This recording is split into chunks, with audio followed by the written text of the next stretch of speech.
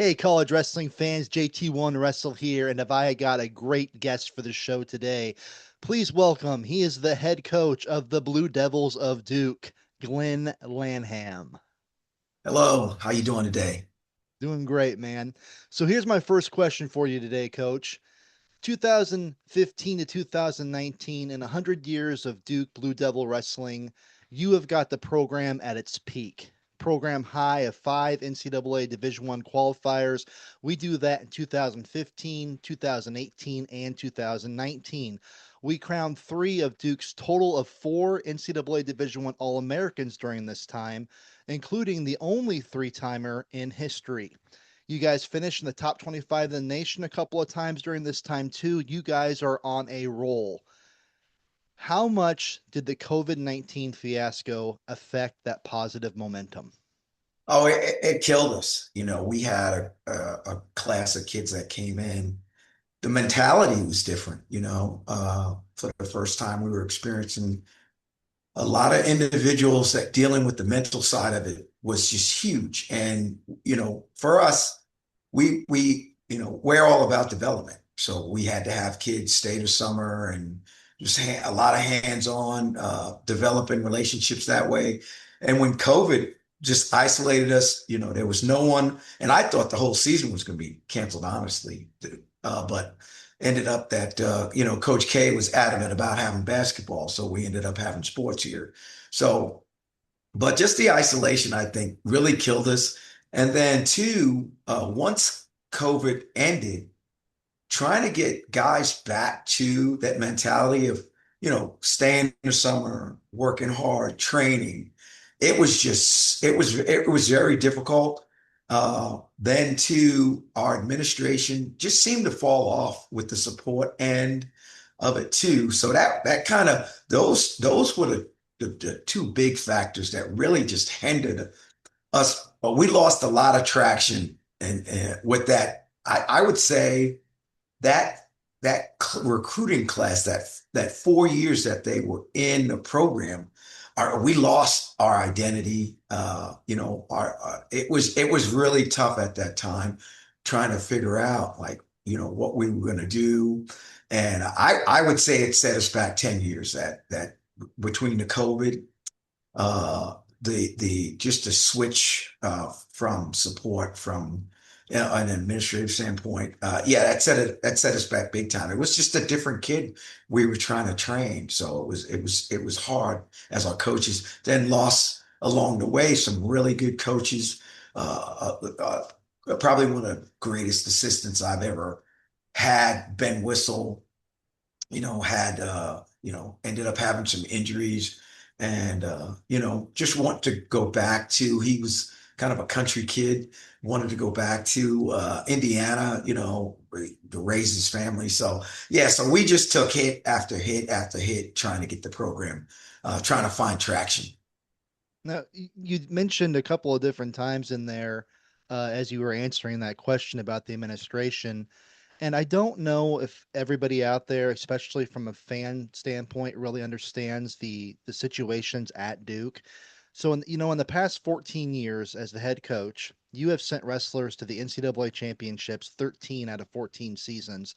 I don't know if fans really truly appreciate that and understand the accomplishment that that truly is, considering all of the challenges that you do have at Duke. I think sometimes fans see the type of funding and support a place like Penn State or Iowa has, and they figure, hey, this is D1 wrestling. This is the way that it is at a D1 wrestling school.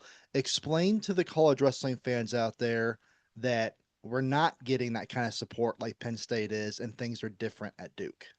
Yeah, it is. I think one, Duke wrestling is a blue collar sport, and we're not a blue collar university. So that's the first thing.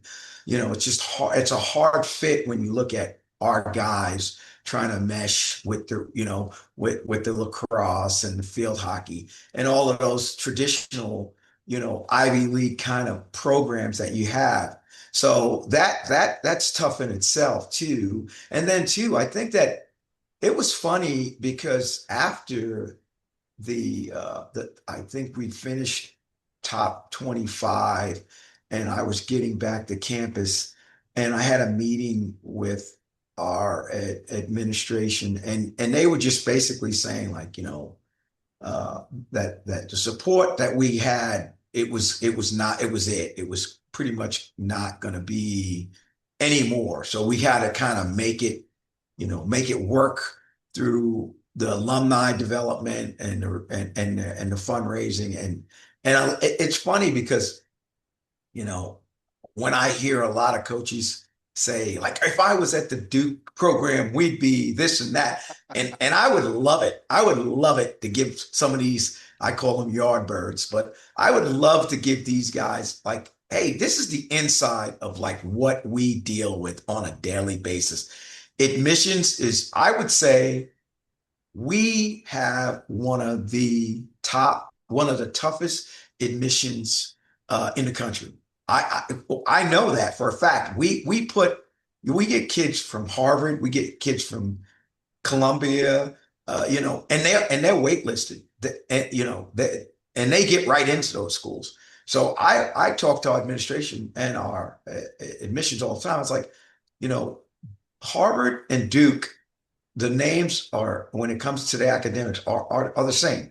So it's like you're telling an 18-year-old kid, hey, I have two Porsches in the driveway. One you're going to be able to drive right now, or one you're going to be waitlisted and you can wait 18 months to drive. Which one are you going to take? I mean, you're gonna take the Harvard, you're gonna take that. And that's what we find with a lot of these kids. They don't want to be waitlisted. They know the opportunities of great, and then look at what Columbia has done. I mean, they win the Ivy. So with the support, it doesn't take much. And that's what I say all the time. It doesn't take much to get a program right. But I would say to anybody, like we did some things and I think I got humbled a little bit in the process because I just thought like when I came here as an assistant, yeah, I was fortunate to be in a situation where I was here for an assistant at 2 years. So there was a lot of things that I said, like, man, as a assistant, I'm gonna roll with the punches. But as a head, I would do this. I would have summer training and get our guys more into freestyle and do a lot of this stuff because those I would want our guys looking like wrestlers, good strength and conditioning program. All of those things like I would do. And I had a great opportunity with Coach Anderson here. And he kind of let me do the recruiting and kind of do that kind of stuff. So I just started like getting those type of guys. And I remember Connor Hartman was the turning point of what we were doing. And we had Connor, he was a one-time Washington State champion. And I remember was sitting there and the kid didn't say a lot but I knew just his mentality and what we could do and we could develop him. So, we're talking and then at the end of the visit, I'm taking him back to the airport. Not a lot of conversation. I didn't think we'd get the kid. And he gets out of the car and he says, Coach, all of those things that you promised me, the training, the one-on-ones, all that stuff. If I come to Duke, do you promise you'll give me that? And I was like, Connor, yes. We would do that. So right away, I called Ben Whistle uh, when it was happening, because I trained Ben when he was at Purdue, he was doing the freestyle circuit, and we just hit it off. We're a lot alike, and we hit it off. And I said, Ben, it looks like I'm gonna get the head coaching job at Duke. I think we could do something special here. I need more than an assistant. I need a friend. I need someone who I can trust, who I can be vulnerable with. All of those things. I need this type of person coming to this program. Think about it. It's not easy. It's tough, but I think we can make it work. And a few days later, Ben called me back and he's like, I'm on board. And then Connor Hartman called and said, Coach, I'm coming. So right then we started to get the pieces of like we had the guy that we could put the crown on and say like this is what we need for the program. And it was great because Connor Hartman for those 5 years in the program, all I would look across anybody who said, "Hey, coach, I want to be great." I was like, you know what? Do what he's doing. Just do what he's doing. Whatever he does, just do what he does. And it was simple.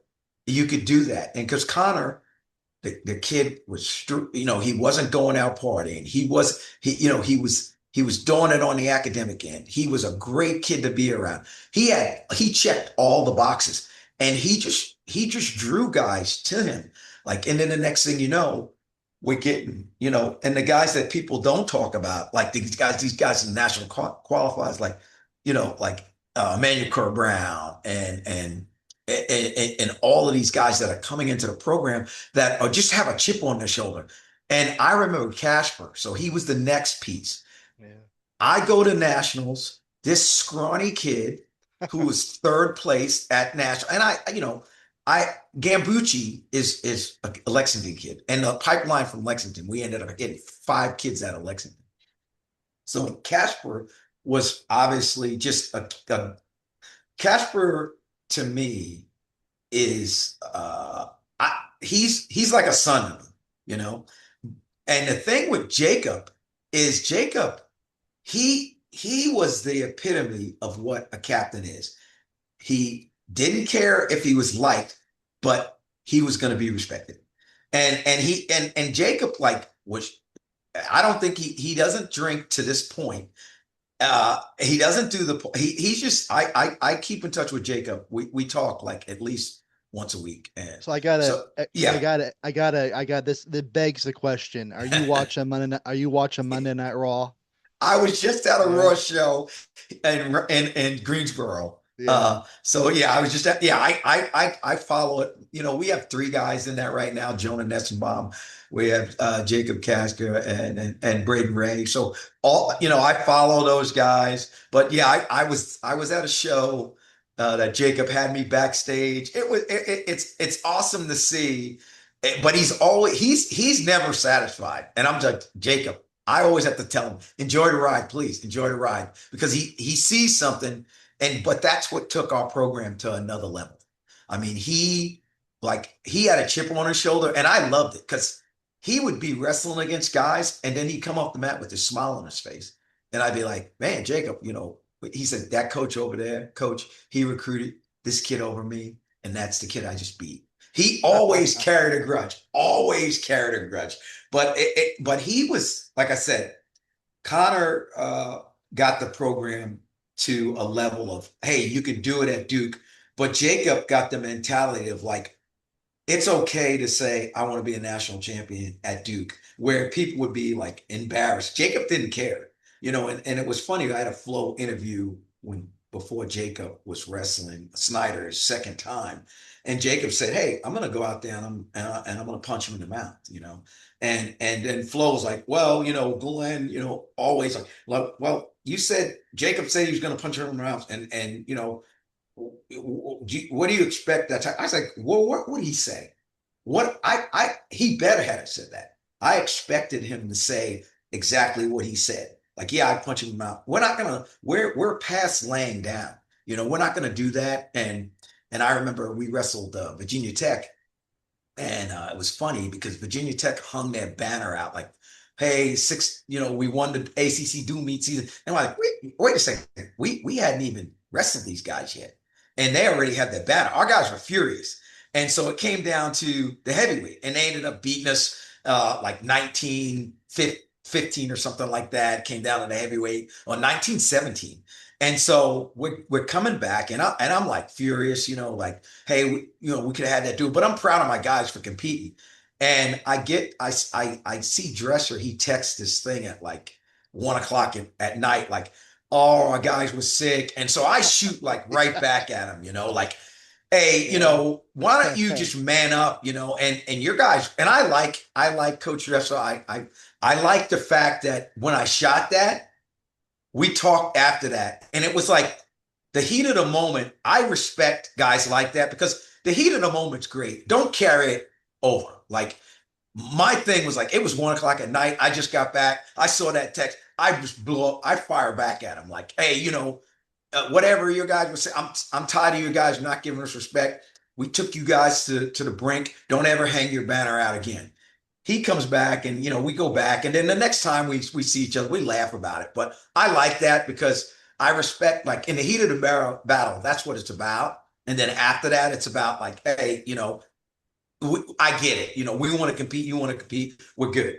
So, but our guys got a charge out of that. It was funny because I come in the room and everybody's like, "Oh, coach, I saw that, like that thing, and you and Coach Dresser, you going." And I wanted the guys. I'm like, "Look, guys, we're not the doormat for anybody. We're a legit D1 program. When we go to nationals, when we go to these duels, that's what we want people to know, and that's how we compete." And we had a group of guys that embrace that underdog mentality role. And we have a sign in our room that says in the back that we're all we got, we're all we need. And that was for administrators, that was for anybody that who disrespected us, that didn't support us, that didn't. And our guys were like, we're gonna make these guys talk about Duke wrestling. And that's what they did. So it was, like I said, that mentality of the guys we had, it was just different, and it's hard to generate that now. We're struggling with generating that type of mentality. We have a couple of guys that kind of that fill that, but as far as that overall, like there was an overall group of guys that we had, like Evan Botwin step up when we beat NC State when they were ranked 13th in the country. Evan Botwin got beat by a guy 4 times, and then Botwin, to win the duel, he rides this kid out. And I remember that announcer saying, "Oh, look at Duke, look at the coach, he's going crazy." Man, I ran up to the announcers table because they were already burying us. And I was like, I pointed to the guy, I was like, "Hey, look, don't ever take a shovel out in front of us and throw dirt on us. Don't ever do that because that's what you get." And I've pointed to the statement. That's what you get. But our guys, we embrace that role, that role of like everybody. No, it doesn't make a difference. We all we got. We all we need, and that's what we had, and that's what I think the success of our program of revolved around that attitude of like we're the underdogs and we're gonna go out there and take control. You know, one of the things that we're dealing with in this day and age, we talked about some of the challenges already, but we have a new challenge in front of us now, and that's transfer portal and all of the NIL money. This year, you guys lose one of your top wrestlers, two-time NCAA Division One qualifier, Connor Barkett, which you mentioned here not too long ago. He's going to go to Indiana for his final season of eligibility. So, with that said, what is your overall opinion on the transfer portal and how does it affect Duke Wrestling moving forward? I think what you're going to see is I don't like the transfer portal. I think it's the NIL and the transfer portal are two evils that are going to affect the lower tier. I don't know how you would say, but the lower tier programs, the lower funded programs, it's going to affect them because, well, you talk about us, right? We lost, and before that we lost Matt Feinsilver to Michigan. You know, and the funny thing about that was that Matt, when he was with us, he ended up in the blood round losing to the kid from Iowa State. The when he was with us, he beat that kid by 7. What we were trying to tell Matt is like, look, it doesn't matter. Like, we know what you need. We're on the verge. He had a knee injury and coming back from that. So I just think that what's going to happen with now is that the programs that develop these 3 and 4 guys and these big programs that can afford to take them through the NIL and transfer portal, it's going to kill the smaller programs because you're not going to have like the Dukes taking the top 25 because their kids are going to be going to Indiana or going to Michigan or going to these top tier funded programs. And then a perfect example is look at Appalachian State, like what they lost. Like they had guys that were, if John Mark Bentley could have kept those guys, they were easily going to be a top 15 team, easily. but they lose like four guys that get on the podium at other universities, and you lose those guys. So now it's like, instead of talking about what a great program Duke is because they put this guy on the podium, or Appalachian State is because they put this program, you just lose it in the shuffle. Well, and it's just like okay, and people don't even think twice about saying it. Oh, okay, yeah, this kid came from Duke, and now he's at, because he wanted a better room and he wanted better coaching. And I'm not knocking Barquette, but Barquette is from Indiana. They never even looked at him. We went into that state and got Barquette, developed him. And now his last year, when he's at his prime, Indiana's going to come in and say, hey, we're going to throw whatever, this ton of money at you, or wait, we're going to throw this at you. And then we're going to say, we're going to take you. And so you kind of look at the kid and you're like, well, you can't. It's a different loyalty. I don't know if I'm I don't think a Jake Casper goes. I don't think a Connor Hartman goes to that, because I think they appreciated the loyalty and the relationship over the university. I mean, we had great relationships with those guys, and I just think that now it's like the last thing I said to uh, Matt Feinsilver, and I said to Connor Marquette, I was like, where were those schools there when you were a senior in high school? Were they there? Oh no, coach, they weren't. Okay, so they're there because you developed, and they didn't even see a diamond in the rough. They just saw a diamond. I mean, it's like in the rough, they didn't find you. We got you out of the rough. We developed you. And so now these teams just come along and take you. So that's my thing on it. I don't like it. I feel like it puts it's sooner or later it's gonna just erode the programs that get to nationals and get guys on the podium and score points and keep their ADs happy because they're scoring points or they're getting guys to national. Now it's like, okay, last year we qualified Barquette. We're looking at, okay, we get Barquette there, we get Aiden Wallace there. That's two guys. University's happy they score some points. Everybody's thinking that's doing a job.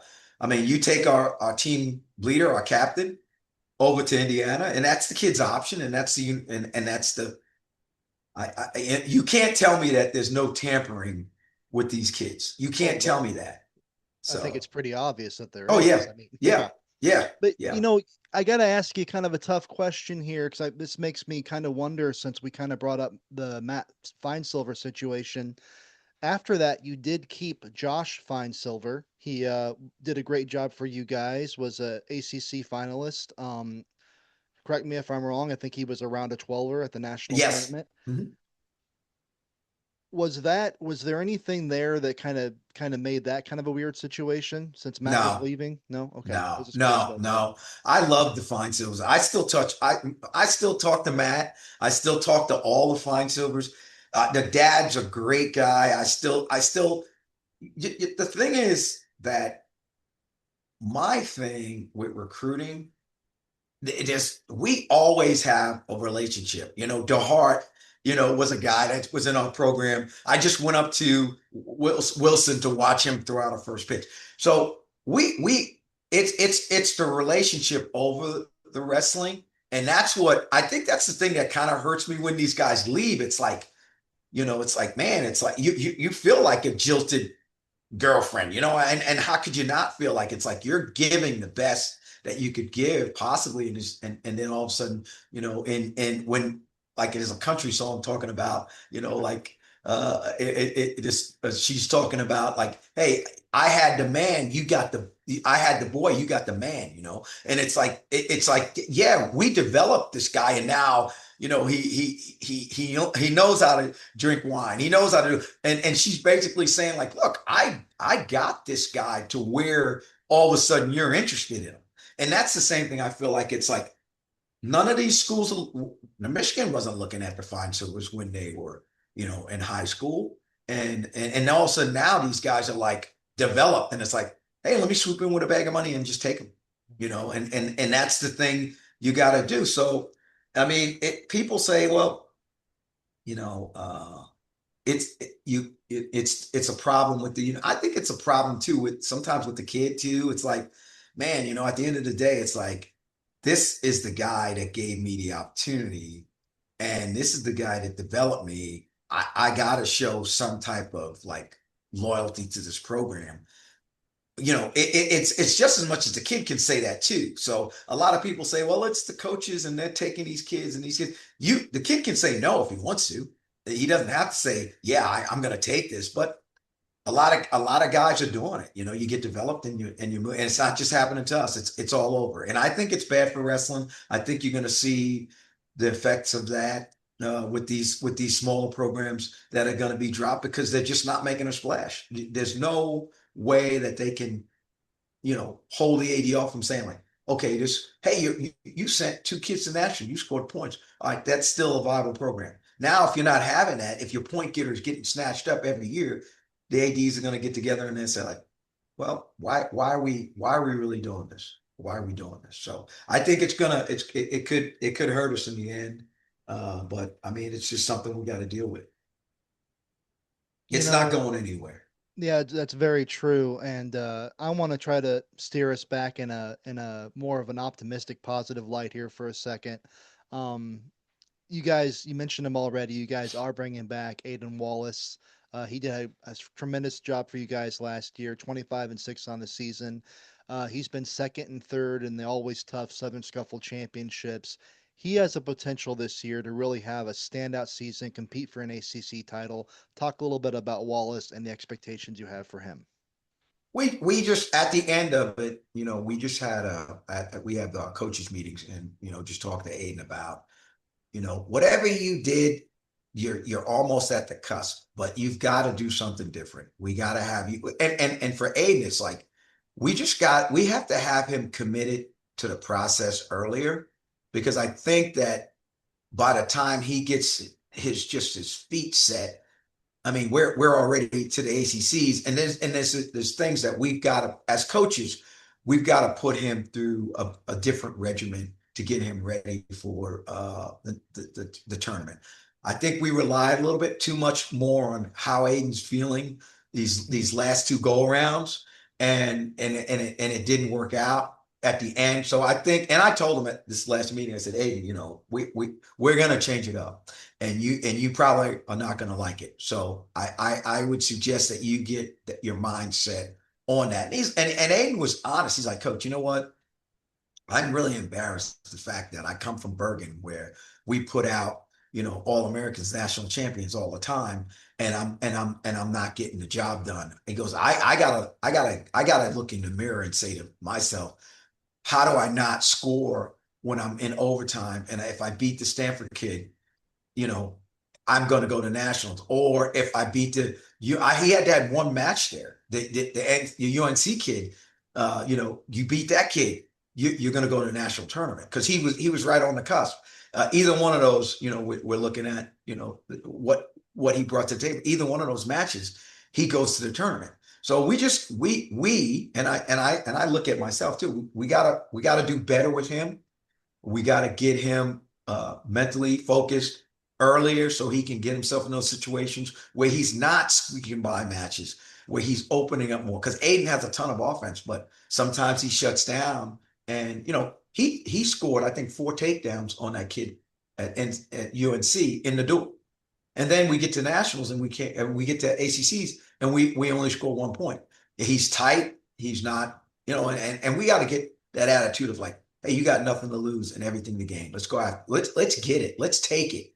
And when we can get Aiden to that, he can be a dangerous guy. And I think he's gonna. And then we got a couple of we got a couple of guys too that Dylan Ross, on the cusp, but Mikey Bollinger too. So we got a couple of young guys that are on the cusp that are buying into philosophies. Mikey just went home for a couple of weeks a little bit ago. We got a couple of guys here training for U23s. We had a couple of guys in Vegas. So we're it's gonna take time, and I've got to be patient with the process because it's almost like we're starting all over again. We're starting all over from that stretch. I've got a great sports administrator pushing for things in the program that we've never had before that we're trying to push to. We're trying to close these things out. So it can be an exciting time getting us back on this back end of my career. And my main thing is like I know like my time is limited, but I want to get it right. I want to set this in motion back where we used to be before I turn it over to someone. I think we can get it done. We're in contact with a couple of alumni trying to get some this funding piece of it and this NIL piece of it too. Because we got to get into that game. We got to get into that game. This university has the brand is awesome, and if we can get into that game of like, hey, Duke has a great med school program. Duke has a great, business program.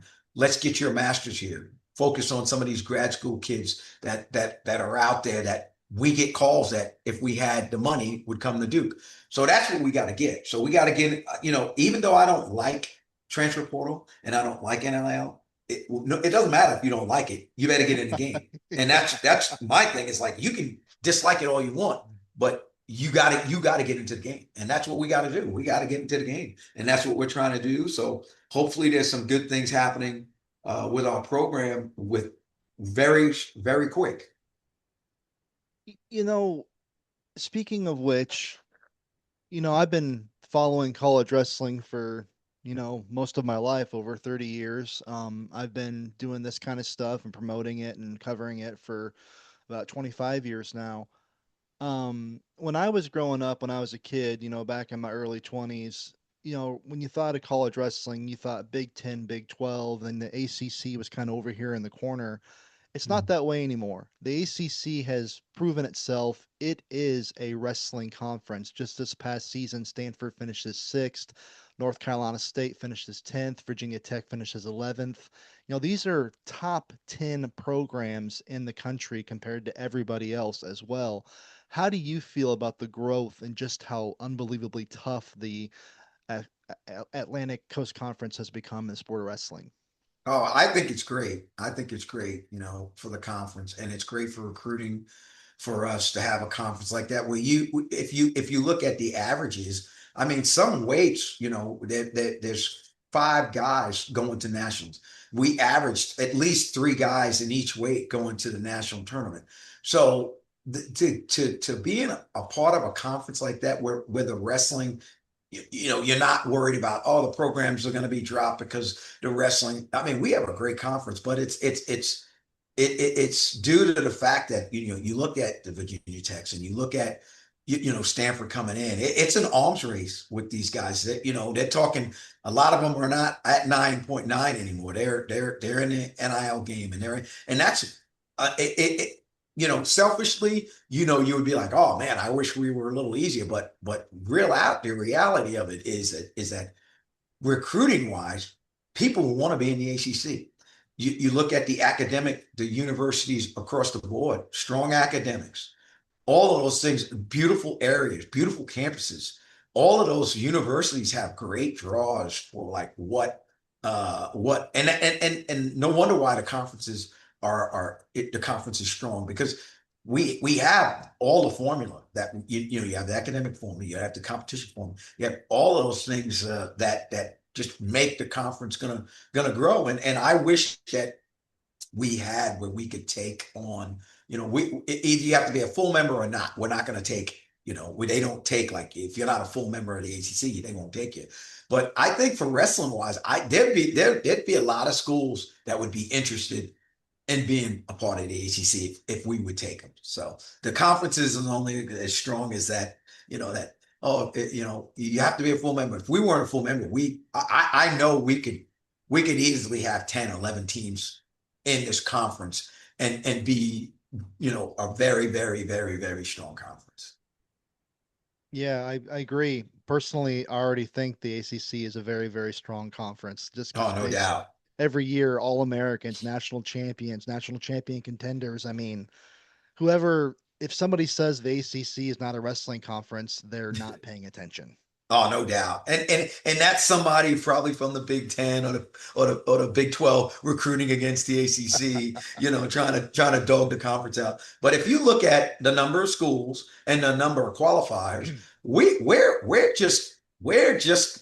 at the top, just like the Big Ten and the Big 12 when it comes to the number of qualifiers. If you look at the number of schools we have, lot and not only guys qualifying, but guys getting on the podium, guys winning national championship, bringing prominence to this conference. So I think it's Brendan Neff is over the wrestling part of it. He does a great job in promoting the Friday night events and getting everybody on a Friday night event where it used to be not everybody got that opportunity, but he does a great job of headlining different programs where people can like, oh wow, I didn't know Stanford was in the ACC, and you see a duel like Stanford against us or against UNC or NC State. So it's really great for our program, and when they're on campus and they're showing the beauty of all of these campuses and we have a great formula here at the ACC, and that's why the wrestling's growing. Great coaches, hard competitors that are gonna go out and get the best talent to their programs. Well, Coach, with that said, looking very forward to next season. I really do think that, like I said earlier, I think Aiden Wallace has the opportunity to really, have a standout year for you guys. And I'm sure you guys got some other guys on the lineup that I'm not quite familiar with yet, but I will be soon enough. I want to thank you for being a part of JT1 Wrestle today. It's been a pleasure having you on and hope to have you on again in the future. Thank you. I appreciate you guys having me and letting me tell my story about Duke wrestling. I'm always excited to do that.